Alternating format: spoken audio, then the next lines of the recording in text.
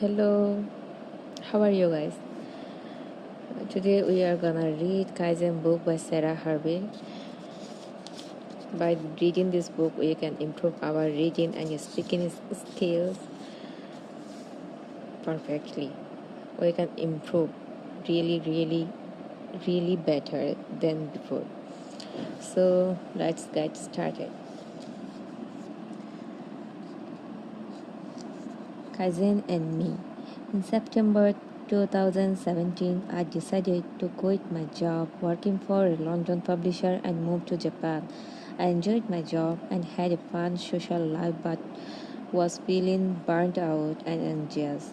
The political landscape was uncertain and I was feeling increasingly out of control. I tried to do yoga and practice mindfulness as much as possible, but I found that it wasn't enough to combat the feeling of anxiety and instability I had about the future. I wanted to change some of my behaviors that I knew weren't doing me any good, but I found it difficult to keep up with any new habits.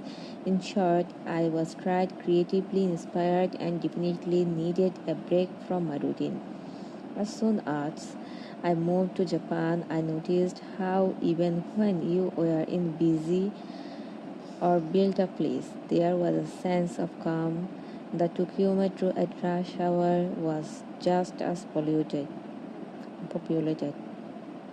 if not more so than the London underground. But there would be no passive aggressive jostling for space. You would be packed into a cage like sardine. Oh no, sardines, but it would be practically silent. The traffic was almost exclusively congested, but nobody would beep their horn or drive erratically. You heard every saw anybody rushing. You hardly ever saw anybody rushing. There was a sense of order and a slower pace. My new Japanese home was bigger and busier in place, but somehow less frantic and far more welcoming, clean and relaxing space to be in. And from that, I felt encouraged to slow down, make some lifestyle changes, and embrace new, more enriching and creative challenges. Taking a step into a different culture showed me some of the things I was getting wrong with my habit and routine in London, where I often rushed around on autopilot and wasn't always looking after myself in the best way.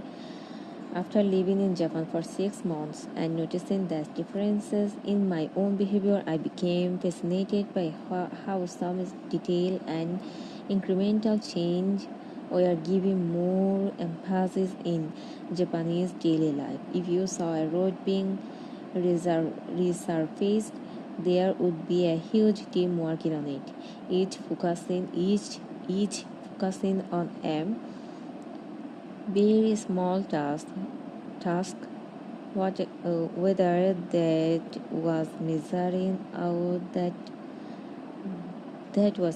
out the space, doing the digger, or directing pedestrian around the footpath. Rather than the job taking weeks or years, the entire route would be back in action within a few days. I learned of sushi chefs who trained for 7 whole years, each part of the process thought meticulously.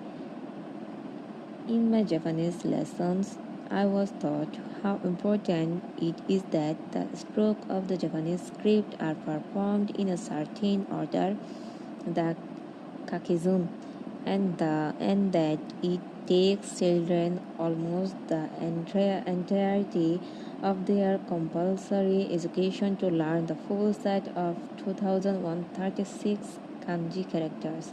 Small details matter in Japanese culture. I started researching this aspect of Japanese life, and through this I discovered the philosophy and practice of Kaizen. So this is for today. We will continue tomorrow or in another blog. Please stay with me and forgive me for my mispronunciation. Actually, I'm not from a English cultured or English linguistic country, so forgive me and comment below